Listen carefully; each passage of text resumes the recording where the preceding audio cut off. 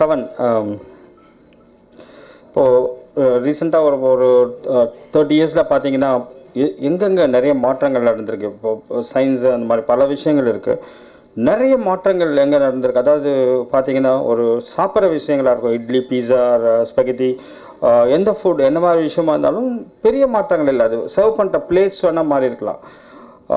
அதே மாதிரி மற்ற விஷயங்களில் மாறி இருக்குது. ஆனால் நம்மக்கிட்ட வர விஷயம் இந்த தகவல் மீடியா இருக்குது பார்த்தீங்களா, மீடியாவில் நடந்த மாற்றங்கள் ஒரு கடைசி 20 இயர்ஸில் பார்த்தீங்கன்னா ஒரு பெரிய மாற்றங்கள். இன்றைக்கி வந்து ஒரு டிவி, இன்டர்நெட் அதெல்லாம் மீறி வாட்ஸ்அப் வந்து ஒரு பெரிய சர்வசாதாரணமாக யாரை வேணால் எங்கே வேணால் ஒரு பெரிய ஒரு விஷயத்தை ஒரு லட்சக்கணக்கான மக்களுக்கு அதை பரப்பி நல்லதும் பண்ண முடியும். அதே சமயத்தில் ஒரு தப்பான நியூஸையும் போட முடியும். வாட்ஸ்அப்லேருந்து, ட்விட்டர்லேருந்து, ஃபேஸ்புக்லேருந்து ஒரு பெரிய மாற்றங்கள்னா இந்த மாதிரி ஒரு மீடியாவில் தான் நடந்திருக்கு அப்படின்னு சொல்லலாம்.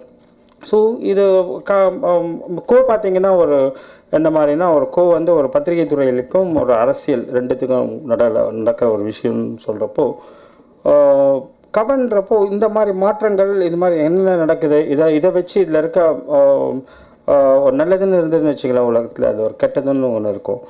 ஸோ அந்த மாதிரி தான் கவர் பண்ணுறோம். நான் சொல்கிறது மீடியான்னு சொல்லும்போது உங்களை ஒரு பொதுவாக மீடியான்னு சொல்லும்போது அதில் ஒரு முக்கியமான பங்களிக்கிறது சினிமாவும் தான். சினிமாவும் ஒரு முக்கியமான மீடியா. பத்திரிகை துறை, மற்ற சேனல் இவங்களாம் வந்து ஒரு தகவலை பரிமாறிக்க முடியுது, பல நல்ல விஷயங்கள் பண்ணுறாங்க. ஆனால் சினிமாவிலேருந்து தான் ஒரு அரசியலே நிர்ணயிக்க முடிஞ்சது. சினிமான்ற மீடியாவில் தான் ஒரு அரசியலே சில மாற்றங்கள் நடந்திருக்கு.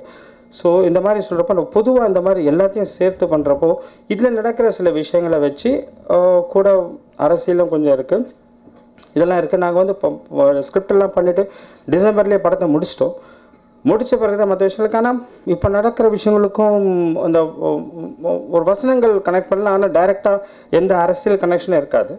ஆனால் வந்து அதில் பேசப்படுற வசனங்கள் வந்து ஒரு ஒரு எதுவுமே ஒரு விஷயம் ரியலாக இல்லாக்காட்டி அது கரெக்டாக போய் மக்களை ரீச் ஆகாது. ஆனால் இதில் இருக்குது அந்த மாதிரி விஷயம். ஸோ இந்த படம் வந்து ஃபஸ்ட்டு அவர்கிட்ட அகோரன் சார்கிட்ட ஏஜிஎஸ் அகோரன் சார் அவங்க பிரதர்ஸ் அவங்கள பற்றி பேசணும். இது வந்து ஒவ்வொரு படம் பண்ணும்போது ஒரு 3 ஃபங்க்ஷன் இருக்கும். நிறைய பேசலாம், புதுசாக எப்படி பேசுறதுன்னு தெரியல. இருந்தாலும் அவங்கள்ட்ட பிடிச்ச விஷயம் ஃபஸ்ட்டு வந்து எந்த ப்ரொடியூசர் நீங்கள் வேணால் எடுத்துங்க, சினிமாவில் எங்கே வேணால் எடுத்துங்க. ஃபஸ்ட்டு கூடும்போது ஒரு குறிப்பிட்ட ஹீரோ பேரை சொல்லி இவரோட கால் ஷீட், பெரிய டாப் ஹீரோ, இவரோட கால் ஷீட் இருக்குது, படம் இவருக்கு ஒரு கதை சொல்லுங்கள், இவருக்கு பண்ணலாம் அப்படின்னு தான் பேசுவாங்க.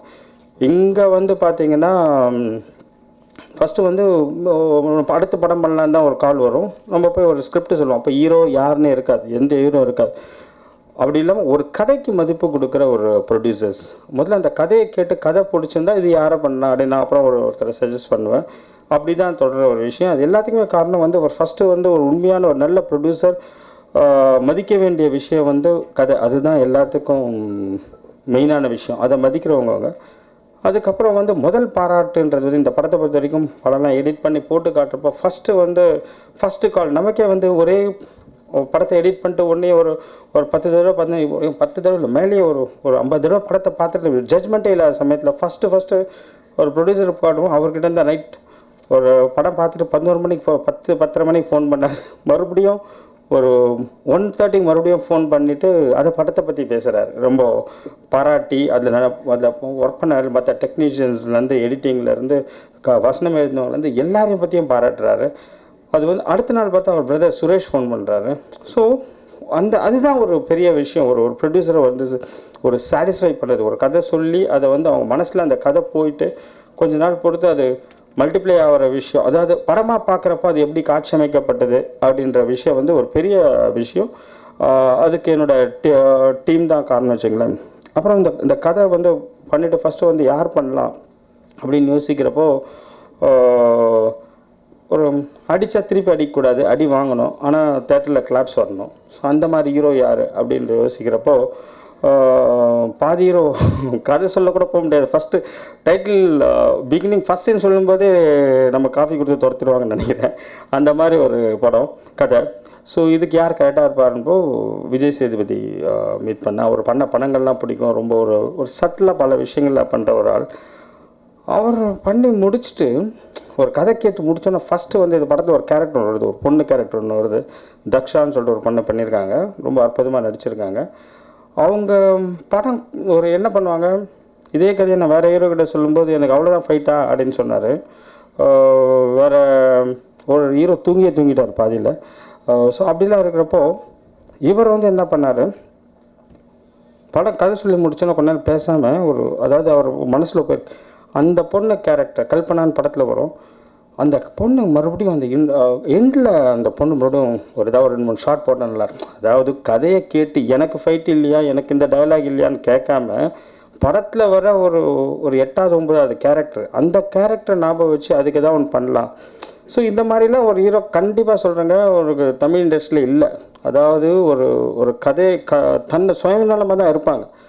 ஸோ அப்போ தான் தெரிஞ்சது கரெக்டாக. சார் அவர் வந்து அந்த டைமில் ஒரு 3-4 படம் வரிசையாக பண்ணுறதா இருந்தது, அதெல்லாம் தூக்கி போட்டுட்டு இந்த படத்துக்கு இமீடியட்டாக கால் ஷீட் கொடுத்து எங்களை இது பண்ணார்.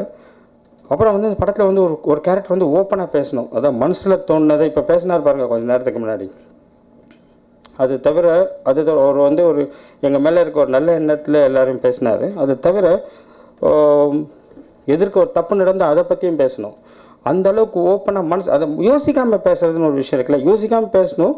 ஆனால் வந்து அதை யோசிக்காமல் இல்லை, பேசுகிற விஷயம் யோசித்து பேசுகிற விஷயம். ஆனால் அதனால் நடக்கிற அதனோட ரிஃப்ளெக்ஷன் இருக்குல்ல, அதனால் என்ன பாதிப்பு வரும்னு சொல்லிட்டு அதை பற்றி கவலைப்படாமல் பேசுகிற தைரியம், அந்த கட்ஸ், அந்த மாதிரி ஒரு கேரக்டர் இருக்குது படத்தில். இது யார் பண்ணால் நல்லாயிருக்கும் அப்படின்னு பார்க்குறப்ப எங்களுக்கு டிஆர் சார் தான் ஞாபகம் வந்தாங்க. பண்ணுவாரா சரின்னு சொல்லி என் அசிஸ்டன்ட் செல்லத்தினம் மூலமாக ட்ரை பண்ணோம். போன உடனே அவர் உட்கார வச்சுட்டு சார் நீங்கள் பண்ண சொன்னோன்னே அவர் முதல்வன் பற்றி பேசுகிறாரு, டிஜிட்டல் கேமராஸ், இன்றைக்கி கேமராவோட வளர்ச்சி அதை பற்றிலாம் பேசுகிறாரு. 1 hour ஆச்சு, மறுபடியும் சப்ஜெக்டை ஓப்பன் பண்ணால் மறுபடியும் அதே பேசுகிறாரு. அதாவது இல்லை வேணாப்பா அப்படின்னு சொல்லி செகண்ட் டைம் மீட் பண்ணோம். அப்புறம் அவருக்கு மனசு, அப்புறம் நான் புரிஞ்சுட்டேன் உள்ள அவர் மனசு என்ன இருக்குது, நம்மளையே இவன் கூப்பிட்றான், அதான் நம்ம படத்தை உட்கார ஒரு கேரக்டர் கொடுத்து கலாய்க்க போகிறாங்களா. ஸோ அது தெரிஞ்சது எனக்கு, அவர் மனசில் நினச்சாக்கா தெரியல, அந்த மாதிரி இருந்தேன். அவர்கிட்ட வந்து இதுக்கு இல்லை வந்தது, ஏன்னா திருப்பி ஒருத்தர்கிட்ட போகிறதுக்கு காரணம் இந்த கேரக்டர் இவர் பண்ணால் தான் நல்லாயிருக்கும் அப்படின்னு ஒரு மனசில் இருக்குது. அது இன்னும் அவர் பண்ணலைன்னா இதை பற்றி ஒரு விஷயம் இழந்துன மாதிரி இருக்கும் அப்படின்னு சொல்லிட்டு கடைசியில் அவர் படத்தோட பெரிய பலம் அதுதான். அவர் எப்போ இந்த படத்தை ஒத்துட்டாரோ அப்போ தான் இந்த படத்துக்கு ஒரு பெரிய பலன்னு சொல்லலாம்.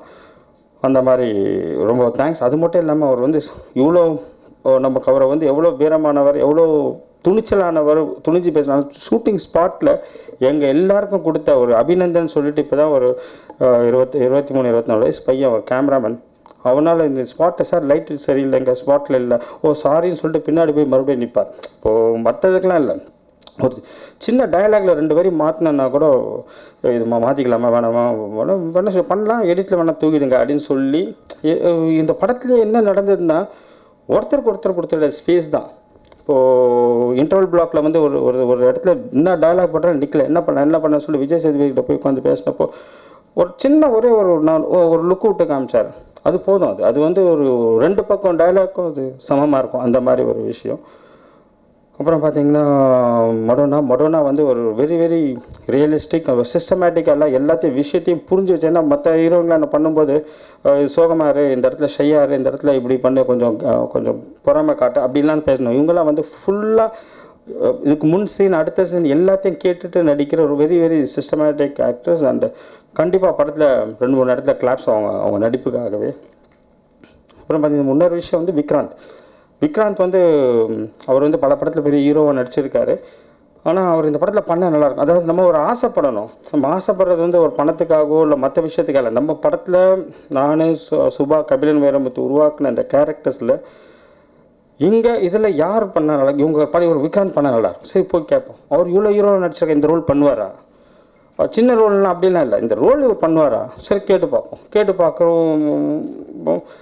பணம் வந்தார், உடனே வந்து அதை கேட்டுட்டு ஒரு 10 minutes டைம் கொடுங்கன்னு சொல்லிட்டு எங்கள் ரவுண்ட் லாஸ்ட்டு வந்துட்டு நான் பண்ணுறேன் அப்படின்னார்.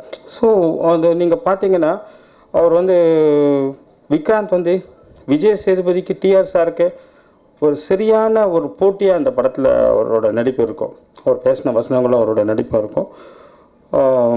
பாண்டியராஜ் சார் ஃபோன் பண்ண உடனே என்ன கதை சொன்ன, கதைலாம் வேணாம், நீங்கள் கூப்பிட்டீங்கன்னா நான் பண்ணுறேன். அதுதான் ஒரு பாண்டி சார் கண்டிப்பாக அவர் ரோல் நல்லா ரசிப்பீங்க. இது மாதிரி சொல்லணுன்னா எனக்கு இன்னும் நிறைய பேச வேண்டியிருக்கும். ஆகாஷ் எங்கள் அந்த பள்ளத்தில் போய் விழுந்தாரு, திரும்பி எங்கே காணோம்னு ரொம்ப தேடிட்டு இருக்க விஷயம். ஏன்னா அவர் அதுக்கப்புறம் எதுவும் தமிழும் பண்ணல, தெலுங்கும் பண்ணல, இங்கே பாம்பேயில் ரொம்ப பிஸியாக இருந்தார். இங்கே இந்த படத்தில் வந்து பார்த்தீங்கன்னா ஒரு நார்த் இந்தியன் கேரக்டர் தேவைப்பட்டது ஒரு ரோலுக்கு. ஒரு நார்த் இந்தியன் இருந்தால் நல்லாயிருக்கும் அப்படின்றப்போ நாங்கள் அப்புறம் கேட்டோம். இம்மிடியேட்டாக ஃபுல் டேட்ஸ் எப்போ வேணால் கூட வரேன்ற மாதிரி ஆகாஷ் வந்துட்டார். ரொம்ப ஸ்டைலாக இப்போ நீங்கள் வந்து அயனில் வேறு மாதிரி பார்த்துருப்பீங்க அவரை, ஒரு ட்ரக் அடிக்ட் அந்த மாதிரிலாம், ட்ரக் டீலர் மாதிரி. இதில் ரொம்ப ஸ்டைலாக வேறு மாதிரி ஒன்று பண்ணியிருக்காரு. அப்புறம் சுபா அண்ட் கபிலன் வைரமுத்து அவங்களாம் வந்து இந்த படத்துக்கு ஒரு பெரிய பலம், கதை திரைக்கதை வசனம் அது மாதிரி இப்போ அதை மீறி பார்த்திங்கன்னா அபிநந்தன், கிரண் ஒரு ரொம்ப ஹியூஜாக ஒரு செட்டு போட்டிருக்காரு. நீங்கள் அந்த செட் அந்த படத்தில் இருக்க அந்த ட்ரைலர்லேயே வருது. நீங்கள் எந்த ஸ்டுடியோவும் அவ்வளோ பெரிய இந்தியாவிலே இல்லைன்னு சொல்லலாம். ஒரு சேனல் ஸ்டுடியோ, அவ்வளோ பெரிய சேனல், அதாவது ஃபுல் பில்டிங் இருக்கலாம், 10 அடுக்கு பில்டிங் இருக்கலாம். ஆனால் ஒரு ஃப்ளோரே அந்த அளவுக்கு அந்த பிசிஆர் ரூம், அது பக்கத்தில் வந்து அந்த ஸ்டுடியோ, அந்த இது பின்னாடி இருக்க மற்ற கான்ஃபரன்ஸ் ஹால் எல்லாமே ஒரே ஃப்ளோர். ஏன்னா சினிமாவில் நம்ம ஒவ்வொரு ஃப்ளோராக போய் காட்ட முடியாது, நம்ம ஒரு ஃப்ரேம் வச்சா எல்லாமே அடங்கணும். அது மாதிரி ரொம்ப ஒரு சூப்பர் செட்டு போட்டிருக்கார். படத்துலேயே ஒரு முக்கியமான ஒரு ரோல்லையும் பண்ணியிருக்கார் கிரண். அப்புறம் ஆண்டனி, இப்போ நீங்கள் அந்த ட்ரைலரை பார்க்குறீங்க, அந்த ட்ரைலரை பார்த்துட்டு எல்லாம் சூப்பர் கீப்பர்னா என்ன பண்ணுவீங்க? விஜய் சேதுபதி நல்லா பேசியிருக்காரு, டிஆர் சார் நல்லா ஜம்ப் பண்ணார், இது பண்ணார், நல்லா நடித்தார், பவர் கொடுத்தாரு. அப்புறம் ஒவ்வொருத்தரை பற்றி சொல்லுவீங்க. ஆனால் அதில் உண்மையான ஹீரோ யாருன்னா வசனம் நல்லா, ஆஃப்கோர்ஸ் வசனம் சூப்பராக இருந்தது அதில், அப்படிதான். ஆனால் உண்மையான ஹீரோனா இதெல்லாம் தொகுத்து, இது எல்லா விஷயத்தையும் தொகுத்து இதை வந்து கரெக்டான அதுக்கு ஒரு சவுண்ட் போட்டு அது கரெக்டான இடத்துல பிரேக் பண்ணி எடுத்துகிட்டு போன ஒரு முக்கியமான ட்ரைலரில் வந்து ஒரு வசனம், ஒரு ஆதி, மியூசிக் டைரக்டர் விபாப் தமிழா, எடிட்டர்னா மெயின் ஹீரோ. அந்த ட்ரைலரை பொறுத்த வரைக்கும் ஆண்டனி தான் ஹீரோ. அது மாதிரி எதுக்கு நான் சொல்ல வரேன்னா, இப்போ பேசினவங்க எல்லாரும் உட்காந்துட்டு என்ன பண்ணாங்க, எல்லார் வார்த்தையிலும் கேவி ஆனந்த் எல்லாம் சும்மானா என்ன சொல்ல வரேன், இதுக்கெல்லாம் இவங்கெல்லாம் இல்லைன்னா இந்த படம் இல்லை. இந்த படத்தை வந்து என்னோட ஒரே வேலை இந்த கதை, இந்த படம் எப்படி வரணும், என்ன சொல்ல வரணும்னு சொல்லிட்டு இவங்க ஒவ்வொருத்தருக்கிட்டையும் நான் பேசின விதம் தான். ஆனால் அவங்களோட நீங்கள் பார்க்குறது ஒவ்வொரு ஃப்ரேம்லேயும் இவங்களோட ஒரு ஏஜிஎஸ் சகோதரரோட ஒரு நம்பிக்கை, அவங்க எங்களுக்கு கொடுத்த சப்போர்ட், இந்த படத்தில் நடித்த விஜய் சேதுபதியிலேருந்து டிஆர் சாரோட சப்போர்ட், அதாவது வந்து ஒரு சின்ன பையன் மாதிரி வந்து ஷூட்டிங் ஸ்பாட்டில் வந்து புதுசாக ஃபஸ்ட்டு படம் பண்ணுற மாதிரி வந்து பண்ணிட்டு போனது, நடித்த அதை தவிர நடித்த மற்ற எல்லாரும், டெக்னீஷியன்ஸ், இவங்க எல்லாரும் சேர்ந்தது தான் இந்த படம் ரொம்ப திருப்தியாக வந்திருக்கு. ரொம்ப தைரியமாக நல்ல படம் பண்ணோம் அப்படின்னு சொல்லி தலை நிமிர்ந்து பேசுகிற ஒரு தைரியத்தை கொடுத்துருக்கு இந்த படம். அதை மீறி உங்களோட ஆதரவும் இதுவும் வேணும். அப்புறம் இந்த படத்தில் வந்து இன்னொரு கடைசியாக சொல்லணும்னா, இந்த படத்தில் நாங்களாம் ஸ்டேஜில் உட்காந்துருக்காங்க, ஸ்டேஜில் உட்காராத இந்த படத்துக்காக உழைச்ச அசிஸ்டன்ட் கேமராமேன், அசிஸ்டன்ட் ஆர்ட் டைரக்டர்ஸ்லேருந்து என்னோட அசிஸ்டன்ஸ் எல்லாம் கடைசியாக ஒரு 20 நாள் அவங்க தூங்கலை, அந்தளவுக்கு உழைச்சிருக்காங்க.